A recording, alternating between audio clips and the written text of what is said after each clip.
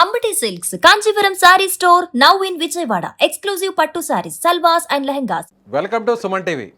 ఇప్పుడు ఎక్కడ చూసినా ఏ ఇంటిలో అయినా అది కులం లేదు, మతం లేదు, ప్రాంతం లేదు, ఏ ఇంటిలో అయినా సరే ప్రతి ఒక్కరూ సఫర్ అవుతున్నటువంటి ప్రాబ్లం సోషల్ మీడియా. పిల్లలు అడిక్ట్ అయిపోవడం. ఈ సోషల్ మీడియాలో గంటల తరబడిగా చిన్న పెద్ద అనే తేడా లేకుండా చివరాఖరికి చిన్న పిల్లల సైతం వీరందరూ కూడా అడిక్ట్ అవుతున్నారు. అయితే ఏపీ గవర్నమెంట్ ఒక సంచలనమైనటువంటి నిర్ణయం తీసుకుంది. 13 సంవత్సరాల లోపల ఉన్నటువంటి పిల్లలు ఎవరు కూడా సోషల్ మీడియాని చూడడానికి వీల్లేదు, ఫాలో అవ్వడానికి వీల్లేదంటూ ఒక బ్యాన్ విధించింది. ఎస్, ఇది ఎంతవరకు సాధ్యపడుతుంది? నిజంగా ఇలాంటి నిర్ణయం తీసుకోవడం వల్ల మార్పు వస్తుందా?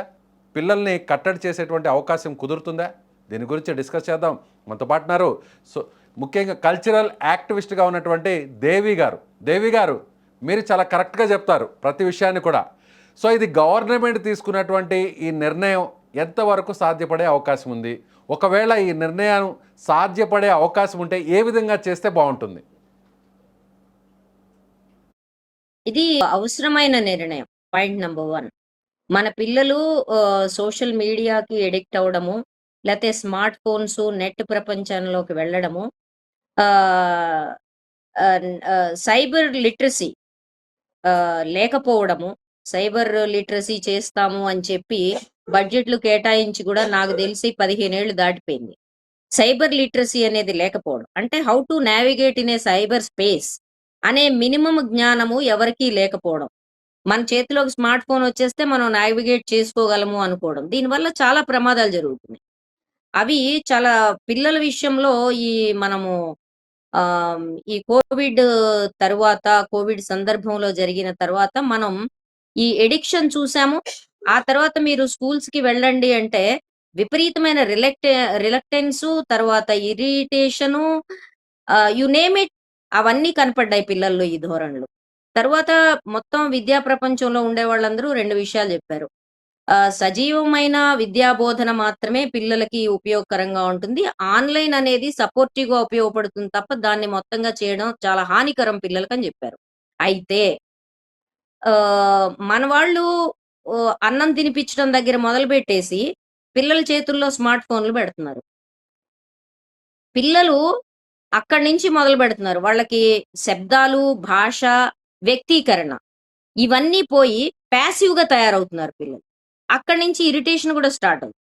వీడియో గేమ్స్‌కి అడిక్ట్ అయితే వైలెంట్‌గా కూడా తయారవుతున్నారు. ఈ నేపథ్యంలో ఈ సోషల్ మీడియా రీల్స్ అనే దాంట్లో ఇవాళే నేను విజయవాడలో ఉన్నాను. సోషల్ మీడియా రీల్స్ కనీసం చదువుకుంటున్న పిల్లలు 2-3 అవర్స్ చూస్తున్నారు అని చెప్తున్నారు ఇవాళ ఇంటరాక్షన్‌లో.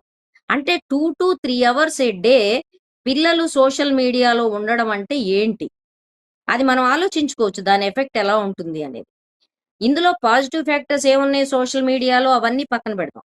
కానీ దీని ఇంపాక్ట్ పాజిటివ్ కంటే విపరీతమైన నెగెటివ్‌ని, టైమ్ వేస్ట్‌ని పిల్లలకి కలిగిస్తోంది. ఇది మీకు ఈ ఆస్ట్రేలియా 16 సంవత్సరాల పిల్లల వరకు సోషల్ మీడియాలో ప్రవేశించటాన్ని నిషేధించింది. అది నిషేధించి కూడా సంవత్సరం అయిపోయింది. వాళ్ళ అమలు గనక మనం చూస్తే వాళ్ళు చాలా స్ట్రిక్ట్‌గా సోషల్ మీడియా యాప్స్ ఏవైతే ఉన్నాయో, ప్లాట్‌ఫార్మ్స్ ఏవైతే ఉన్నాయో, అది వాళ్ళ రెస్పాన్సిబిలిటీ. అంటే ఈ సంవత్సరాలు దేన్నైతే బ్యాన్ చేశారో ఇక్కడైతే 13, అక్కడైతే 16. వీళ్ళు ఆ ప్లాట్‌ఫార్మ్ మీదకి రాకుండా చూసే బాధ్యత, అకౌంటబిలిటీ ఎవరిది? అంటే ఆ పిల్లలది, గవర్నమెంట్‌ది కాదు. ఆ అకౌంటబిలిటీ ఆ ప్రత్యేకమైన ప్లాట్‌ఫార్మ్‌ది. అట్లా చేస్తేనే అది అమలవుతుంది. ఆ ప్లాట్‌ఫార్మ్ మీద చెక్స్ అండ్ బ్యాలెన్సెస్ ఉండాలి. అది లేకుండా అందరూ అడుగుతున్నారు కాబట్టి మేము ఒక జీవో పెట్టాము. కానీ పర్యవేక్షణ వ్యవస్థలు, మానిటరింగ్ సిస్టమ్స్ లేకుండా జీవో చేస్తే మాత్రాన అది అమలవునక్కర్లేదు. రెండోది, అసలు పిల్లలు ఎంటర్ అవ్వడాన్ని ఇప్పుడు చైల్డ్ లాక్స్ ఉంటాము. ఫోన్స్‌లో గాని, టీవీస్‌లో గాని చైల్డ్ లాక్స్ స్ట్రిక్ట్‌గా ఇంప్లిమెంట్ చేయడం చాలా అవసరం ఇవాళున్న నేపథ్యంలో. ఈ నేపథ్యంలో అది కూడా అమలు కావట్లేదు మన రాష్ట్రంలో. తర్వాత ల్యాప్‌టాప్స్ ఇచ్చినప్పుడు, ట్యాబ్స్ ఇచ్చినప్పుడు దాన్ని అన్‌లాక్ చేసి అదర్ యాక్టివిటీస్‌కి ఎలా వాడాలి అనేది పిల్లలు ఎట్లా ప్రయోగాలు చేశారో ఏపీలో మనం గతంలో చూసాం. ఇప్పుడు ఈ చట్టం తెచ్చడం ఒక భాగం. అది ఆహ్వానించదగ్గది. కానీ దాని అమలు విషయంలో ఏ చర్యలు మీరు తీసుకోబోతున్నారు? దీన్ని పర్యవేక్షణ వ్యవస్థలేంటి? అట్లనే దాంతో పాటు తల్లిదండ్రులకి దీని పట్ల అవగాహన కలిగించడం కోసం మీరేం చేయబోతున్నారు? ఎందుకంటే అనేక చట్టాలొస్తాయి. ఐటీ యాక్ట్‌లో గూడా ఇవన్నీ ఉన్నాయి. కానీ, ఆ చట్టాలు ఎందుకు అమలు కావట్లేదంటే 2. ఒకటి నిఘా విభాగము, పర్యవేక్షణ, నియంత్రణ కొరవట్టము. దానికవసరమైన అధికార యంత్రాంగము, నిఘా విభాగము కొరవట్టము. రెండోది ప్రజల్లో దానికి సంబంధించిన అవేర్‌నెస్ లేకపోవడం. ఈ 2 కోణాల నుంచి ఇప్పుడు మాత్రమే ఇటువంటి చట్టాలు ప్రజలకి ఉపయోగకరంగా ఉంటాయి. నేనంటే అంటాను 13 సంవత్సరాలు గాదు, 16 సంవత్సరాలు జేసేయమని జెప్తాను నేను. తల్లిదండ్రుల నిర్లక్ష్యం కూడా ఇందులో భాగం అనుకోవచ్చా? తల్లిదండ్రులు కూడా గతంలో చూస్తే ఈ టెక్నాలజీ రాకముందు, స్మార్ట్ ఫోన్స్ రాకముందు పిల్లలతో కొంత సమయాన్ని గడిపేవారు. ఉమ్మడి కుటుంబం ఉండడం వల్ల ఒకవేళ తల్లిదండ్రులు బిజీగా ఉన్నా కూడా వారికి సంబంధించినటువంటి తాతయ్యలు, అమ్మమ్మలు వాళ్ళతో ఇంటరాక్ట్ అయ్యేవాళ్ళు. సో, మంచి ఏది, చెడు ఏది అనేది చెప్పేటువంటి పరిస్థితులు ప్రస్తుతం లేవు. సో, ఇది కూడా ఒక రకంగా కుటుంబ వ్యవస్థలో జరుగుతున్నటువంటి మార్పులు కూడా దీనికి కారణం అనుకోవచ్చా? తల్లిదండ్రులు కూడా ఒక రీజన్ అనుకోవచ్చా? తల్లిదండ్రులే ఎడిక్షన్‌లో ఉన్నారండి. తల్లిదండ్రులు ఇప్పుడు ఇక్కడ విజయవాడలో ఒక బాలోత్సవంలో ఒక ఒక స్టోరీ రాయమని చెప్తే ఒక పాప నేను సెల్ ఫోన్‌ని అవ్వాలనుకుంటున్నాను. సెల్ ఫోన్‌లా అవ్వాలనుకుంటున్నాను అని రాసిందంట. ఎందుకమ్మా ఇట్లా రాసావంటే దానికి కారణం గూడా ఆ స్టోరీలో ఆ పాప రాసిందంట. వాళ్ళ నిర్వాహకులు చెప్తున్నారు ఇవాళ నాకు. ఏమిటి అంటే సెల్ ఫోను మా అమ్మ చూస్తుంది. దాని పట్ల ఆందోళన పడుతుంది. దాంతోనే టైం గడుపుతుంది. అంచేత నేను సెల్ ఫోన్ అయితే మా అమ్మ నా పట్ల ఆ కన్సర్న్ చూపిస్తుంది అనేది దాని సారాంశం. అంటే దారుణం. తల్లిదండ్రులు ఆవు చేలో మేస్తే దూడ గట్టున మేస్తుందా? తల్లిదండ్రులు టీవీలకిను, మీడియాకి, రీల్స్‌కి వాళ్ళు అడిక్ట్ అయిన తర్వాత వాళ్ళే గదా! ఈ 2 ఏళ్ల పిల్లల చేతిలో, ఏడాది పిల్లల చేతిలో సెల్ ఫోన్స్ పెట్టేది. కాబట్టి డీ అడిక్షన్‌లో పిల్లల మీద కంప్లెయింట్ తల్లిదండ్రులు చేస్తున్నారు. కానీ ప్రశ్న అడగాల్సిందేంటంటే మీరు మానేస్తున్నారా అని. మీరు మానేస్తున్నారా? మిమ్మల్ని చూసే కదా పిల్లలు నేర్చుకుంటారు. కాబట్టి ఈ బ్యాన్ పెట్టిన తర్వాత దాన్ని అమలు చేయటంలో తల్లిదండ్రుల పాత్ర చాలా కీలకమైంది. అసలు తల్లిదండ్రులు మా వాడికి 2 ఏళ్ళు లేవండి. కానీ వాడు సెల్ ఫోన్‌లో కాల్స్ చేసేస్తాడు అని మురిసిపోవటం.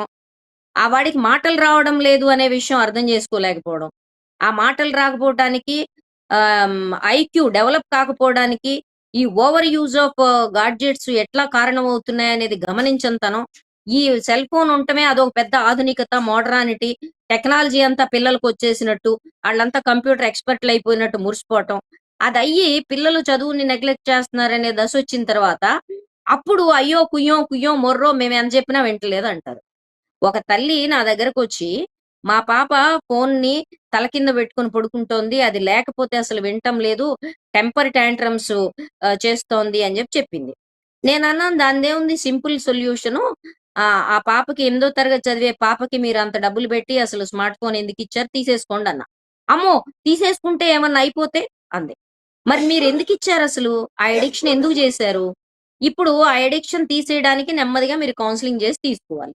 అంతేగాని బయట వాళ్ళొచ్చేసి దాన్ని ఇంప్లిమెంట్ చేయాలి అనుకోవటం ఎలాగా? మీరు హెల్ప్ చేయాలి. You should be also strict on it. ఇందులో తల్లిదండ్రుల పాపం లేదు అని చెప్పడం కరెక్ట్ కాదు. ఎందుకంటే మనందరికీ ఒక టెక్నాలజీ పిచ్చి పట్టింది. టెక్నాలజీని మనం నడిపించి మనం వాడుకోవాల్సింది మానేసి, టెక్నాలజీకి అడిక్ట్ అయిపోయి టెక్నాలజీ మనని నడిపించే పరిస్థితి. అంటే తోక కుక్కను ఊపే పరిస్థితికొచ్చిందిప్పుడు. సో, ముఖ్యంగా పిల్లల తల్లిదండ్రులే అంటే కొన్ని చోట్ల చదువుకోనటువంటి ముఖ్యంగా టెక్నాలజీ మీద పెద్దగా అవగాహన లేనటువంటి పేరెంట్స్ కూడా పిల్లలకే స్మార్ట్ ఫోన్స్, మొబైల్స్ ఇచ్చి సో, ఆ యాప్స్‌ను ఓపెన్ చేసి వీళ్ళే వాళ్ళని పరోక్షంగా, ప్రత్యక్షంగా ఎంకరేజ్ చేస్తున్నారనుకోవచ్చా? చేస్తున్నారు. దాంట్లో మేము ఇంకోటి కూడా గమనించిందేంటంటే, కొన్ని సందర్భాల్లో లైక్స్ ఒస్తే, ఇన్‌ఫ్లుయెన్సర్స్‌గా మారితే, అది ఒక జాబు అనుకుని భావించే గొప్ప తల్లిదండ్రులు ఉన్నారు. ఆ చిన్న పిల్లల రీల్స్‌కొచ్చే లైక్స్ వల్ల ఇన్‌కమ్ ఒస్తుందని ఆశపడే తల్లిదండ్రులున్నారు. లేకపోతే అసలు మా పిల్లలు ఈ సోషల్ మీడియాలో ఇంత గొప్పగా పెర్ఫార్మ్ జేస్తున్నారని దాన్ని సోషల్ ప్రెస్టీజ్‌గా తీసుకునే తల్లిదండ్రులున్నారు. రకరకాల దృశ్యాలు మన కళ్ళ ముందున్నాయి తల్లిదండ్రుల వైపు నుంచి ఈ విషయం. సో, ముఖ్యంగా క్రైమ్స్ కూడా మనం రీసెంట్‌గా గన్నవరంలో కూడా ఒక ఇన్సిడెంట్ చూసాం. ఒక పిల్లవాడు నేరుగా టీచర్ మీదనే ఏ విధంగా అటాక్ చేశారో దానికి సంబంధించిన వీడియోను కూడా ఏ విధంగా వైరల్ అయిందో కూడా చూసాం. సో, పిల్లలు ఈ ఏజ్‌లో ఏదైతే చూడకూడదో సో ముఖ్యంగా మనం చూస్తుంటాం ఈ సిగరెట్ ప్యాకెట్స్ మీద సిగరెట్ తాగకూడదని, అలాగే మద్యపానం ఆరోగ్యానికి హానికరం అని, ఇలా రకరకాల మనం కాషన్స్ చూస్తుంటాం.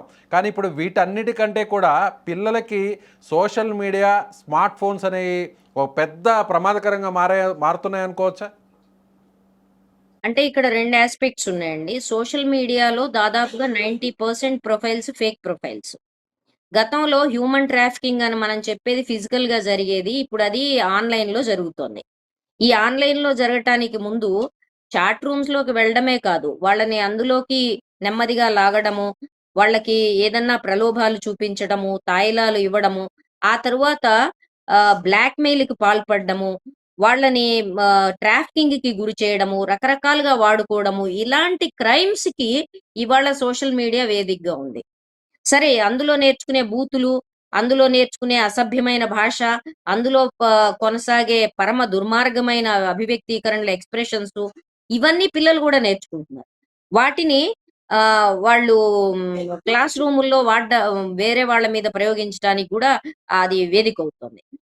రకరకాల విధాలుగా అంటే నిన్ను రీల్స్ చేస్తానని క్లాస్‌మేట్స్‌ని బెదిరించి వాళ్ళతో రకరకాల వ్యవహారాలు నడుపుతున్నాయి. ఒకటి కాదండి. ఎన్ని రకాల ఇన్సిడెంట్స్ ఈ సందర్భంలో మన దృష్టికి రావాలో సోషల్ మీడియా ఏమంటారు ఈవిల్స్ నుంచి అన్ని రకాలు వచ్చాయి. ఇప్పుడు ఇట్స్ హై టైమ్. ఈ అడిక్షన్స్ నుంచి మన పిల్లల్ని ఒక నిర్మాణాత్మకమైన కన్‌స్ట్రక్టివ్ ఫ్యూచర్ వైపు, కన్‌స్ట్రక్టివ్ లెర్నింగ్ వైపు, క్రియేటివ్ లెర్నింగ్ వైపు, మన బ్రెయిన్‌ని యూజ్ చేసుకునే వైపు మళ్ళించటం చాలా అవసరం. అది జరగాలంటే మన జీవితాలు ఈ ఈ సోషల్ మీడియాల మయం అయిపోకూడదు. మన జీవితాలు అంటే నేను తల్లిదండ్రులు, పిల్లలు అందరి గురించి చెప్తున్నా. Thank you. టెక్నాలజీ మన చేతుల్లో మనకు ఉపయోగపడాలి. మనం టెక్నాలజీకి బానిస అవ్వడం కాదు.